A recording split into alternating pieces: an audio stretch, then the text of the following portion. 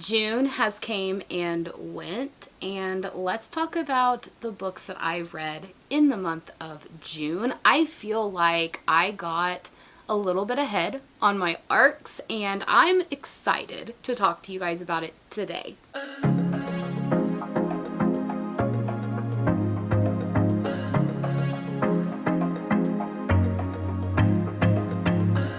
Hello everyone, welcome back to my channel, or welcome if you are new. I am so happy that we are going to be talking about all the books that I read in June. Before we talk about those, always remember that the books will be linked in the description box below.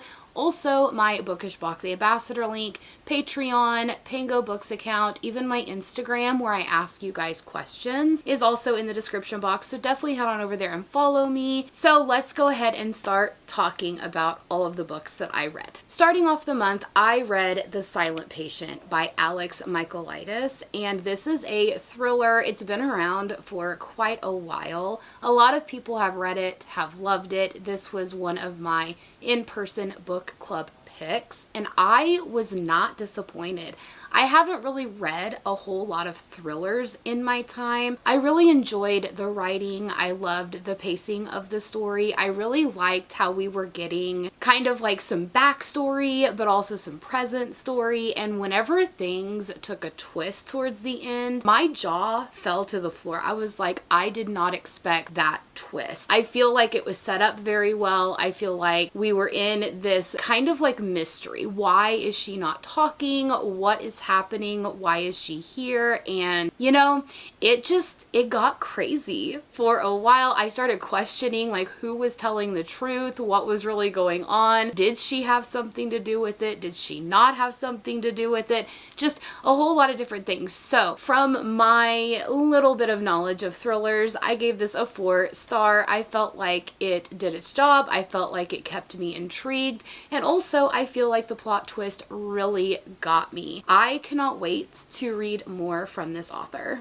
Next up, I finally finished my ARC read of Bespelled by Laura Thalassa, although this did release it on May 28th. It took me a couple days after to finally get through it, but I was not disappointed. I believe this was in my vlog where I read arcs to try to get caught up with those. So if you want to go see that vlog that I did at the beginning of June, definitely head on over to check that out. I really enjoyed this book, and I feel like what I said in that vlog still stands true. Having sat on it for a couple weeks, I feel like this story is just super epic. I really love how it started off with one thing. Our girl Celine, whenever she uses magic, she loses a memory, and she doesn't know what memory she is losing, and she's trying to get into this kind of school type setting with other witches so she can kind of hone her craft and learn a little bit more, and she keeps getting denied.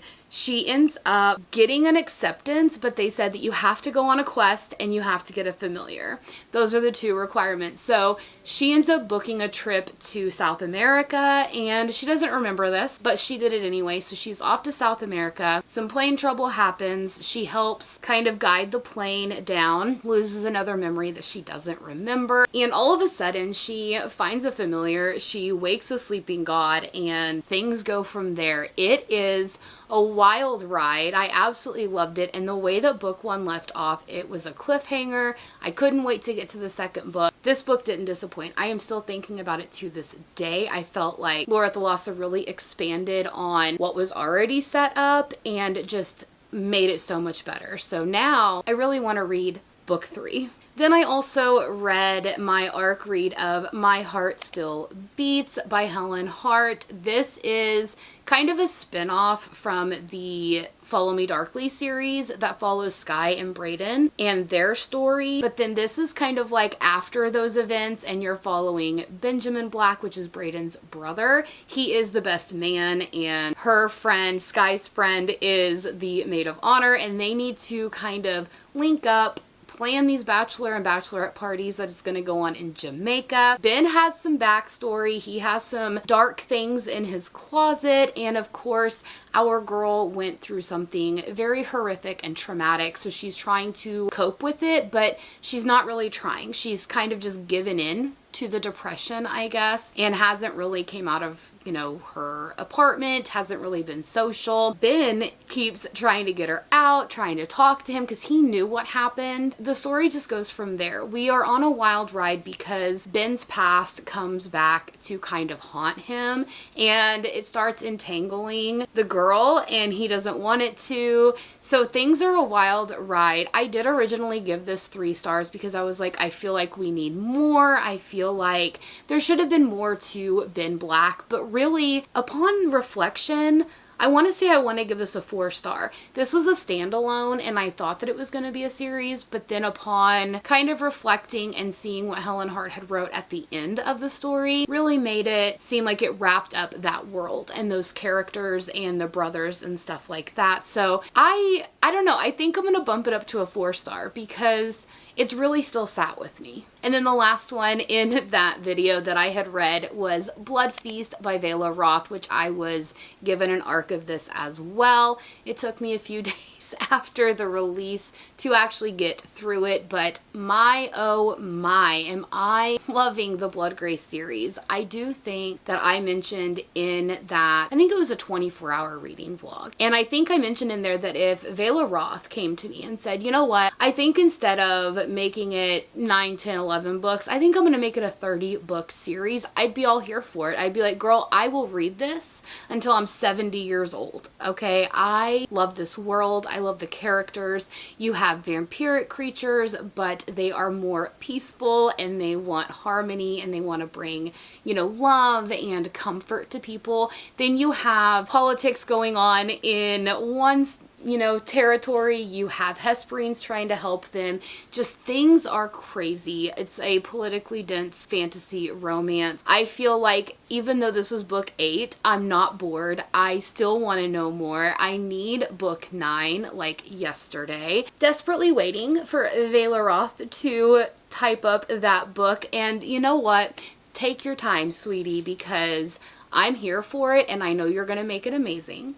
So I'm okay with that. I then ended up reading my Patreon book club pick, and that is Yellow Face by R.F. Kuang. I sadly gave this 2 stars because you are following our girl who is a white woman trying to write a book, and her friend, her best friend, who was, I want to say Asian. I don't know what part of Asia she was from, but she had a book deal and she was getting published. Well, she ends up tragically passing away very early on in the book. That is not a spoiler. And our girl takes her work, creates her own book, and gets published, and then things kind of spiral out of control. You are seeing how the publishing industry is going, how the book is being received, what our girl is doing. Is she trying to make things right? Is she trying to, keep her friend's honor intact? And as you kind of dive through this book, it gets more and more complex, and you realize that she isn't, really who she portrays herself to be. Her friend also isn't the same person. And then by the end of it, it turned into like a thriller type of situation, and I didn't really like that. I think the book is great. I know it is well loved by a lot of people. I just feel like maybe it wasn't for me, and that's okay. I gave it 2 stars. I'm happy I read it so I know what people are talking about, but I could have done without it. I then picked up one of my fantasy bingo picks that I had for June, and that is Until the Stars Fall by Vanessa Rassinen. This book was actually really good. I gave it a 4-star, and you are following our girl who is best friends with the prince, and she's had like this crush on him, has wanted to be with him, things like that, and it's never been any more than a friendship, but she's wanted more. And then his brother is somebody who's like been like burly and standoffish and grumpy, and she doesn't ever really like to be around him, and things go crazy. She ends up having to team up with his brother, and you know, the romance kind of starts, right? And I really enjoyed this. However, I do want to tell everyone to check trigger warnings because there were a few dark themes in this, but I can't wait to get to the second book because I really am desperate to see where the romance is going to go, how the world is going to expand, because I feel like we didn't get a whole lot of world building. We didn't get a whole lot of like why things are happening as much as we should have, which isn't a bad thing because you can always build on that in book 2, right? But I can't wait to continue on. I don't know when the second book is coming out. I need to do some research on that. But I highly suggest if you want a good fantasy romance, definitely try this out. I know that it's hit or miss for people, but it's a really good read. I then picked up another arc. This book came out, I do believe, June 11th. So I was needing to get through it, as one does when they have so many arcs. But that is The Princess of Air by Natalie Camerata. I was so excited whenever I was in this world. I loved it. I was hesitant because I know that it's like indie published and hadn't really heard a whole lot of hype about it. But whenever I went in, oh my goodness, you guys, this deals with elemental magic. So you have earth, fire, water, and air. You have the 4 siblings who they are kind of like the heirs that have acquired magic. And in this world, there's only been one heir. Every king and queen, they only have one child because the child is supposed to get all 4 elements as time goes on.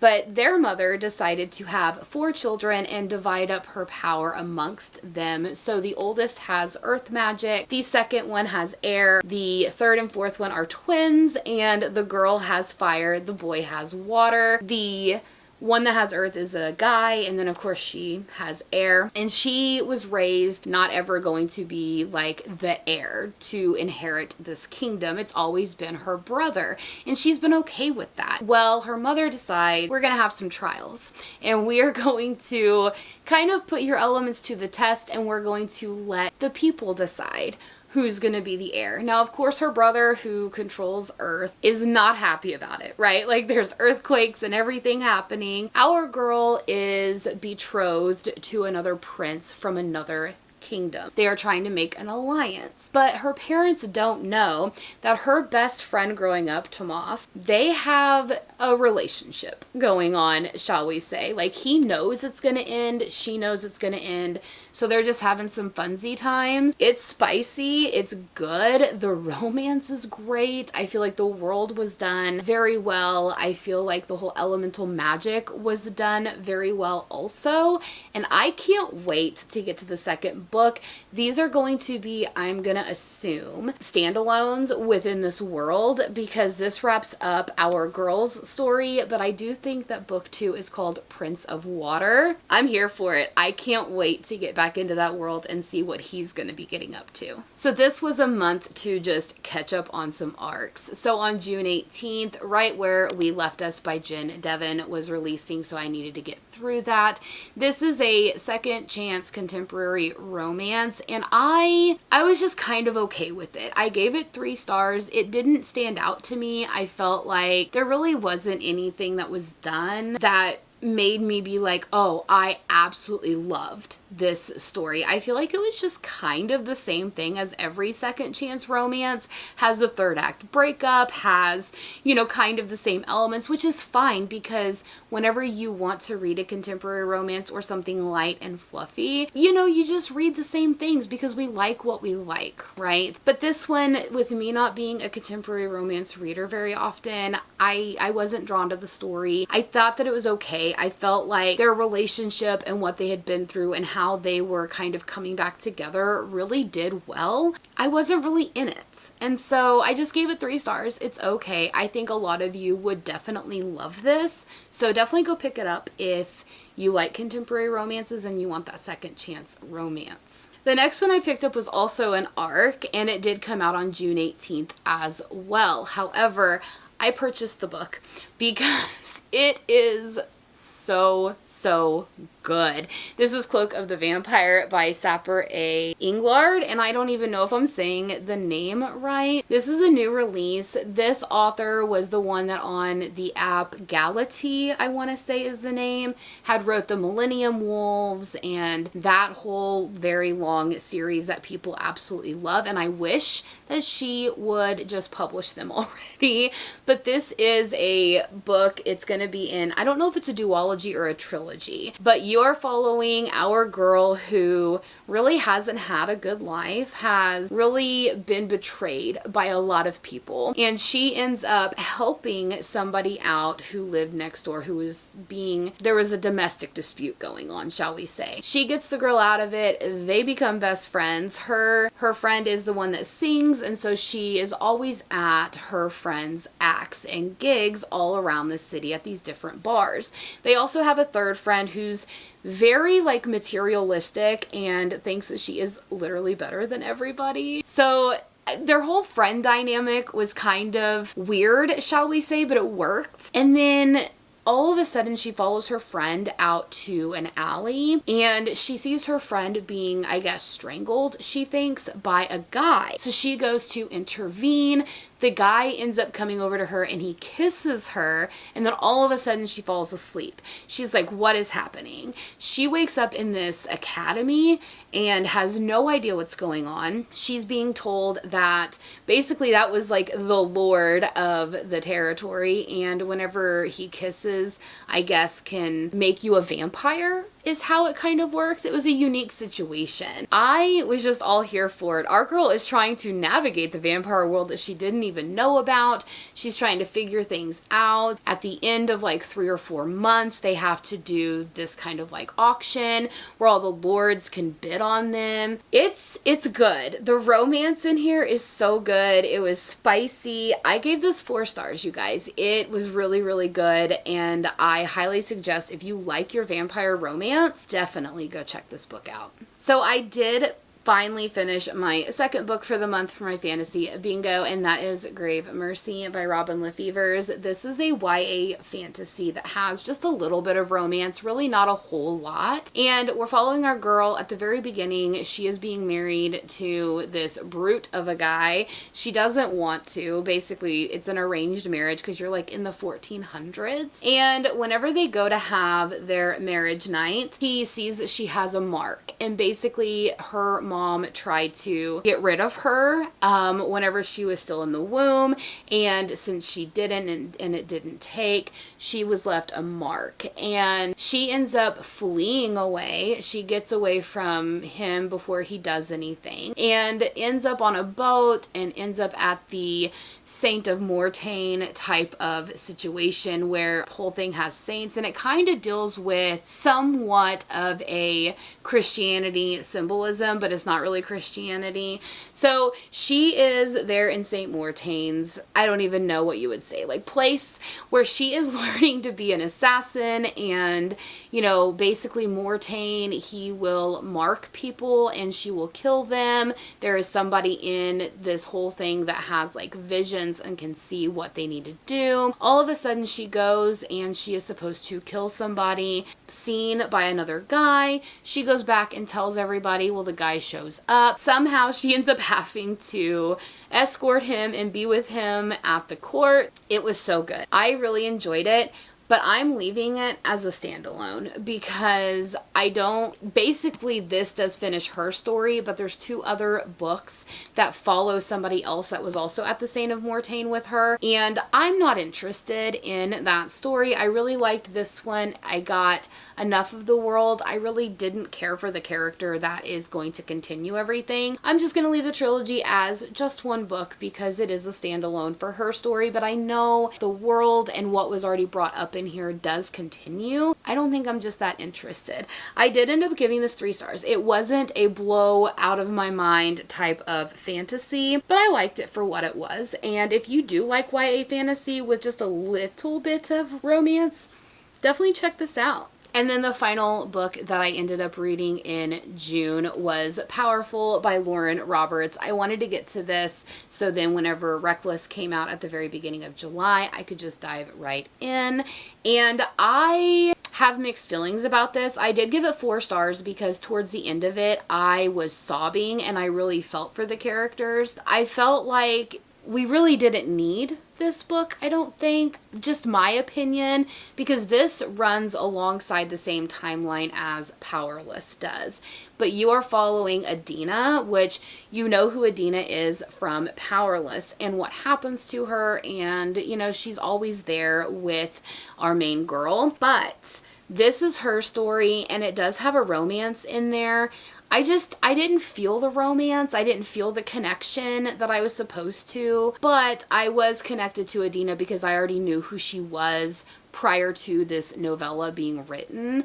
So I loved it for what it was. I gave it 4 stars, but I really don't feel like we needed the book. I'm happy that we got it, but I don't think we needed it. So do with that what you will. I don't know. I know a lot of people have mixed feelings about it as well, you know, because it didn't really continue the story or fill in any gaps. We know what happens to Adina. We see her throughout the story. So why did we need to know that she had a romance in the background?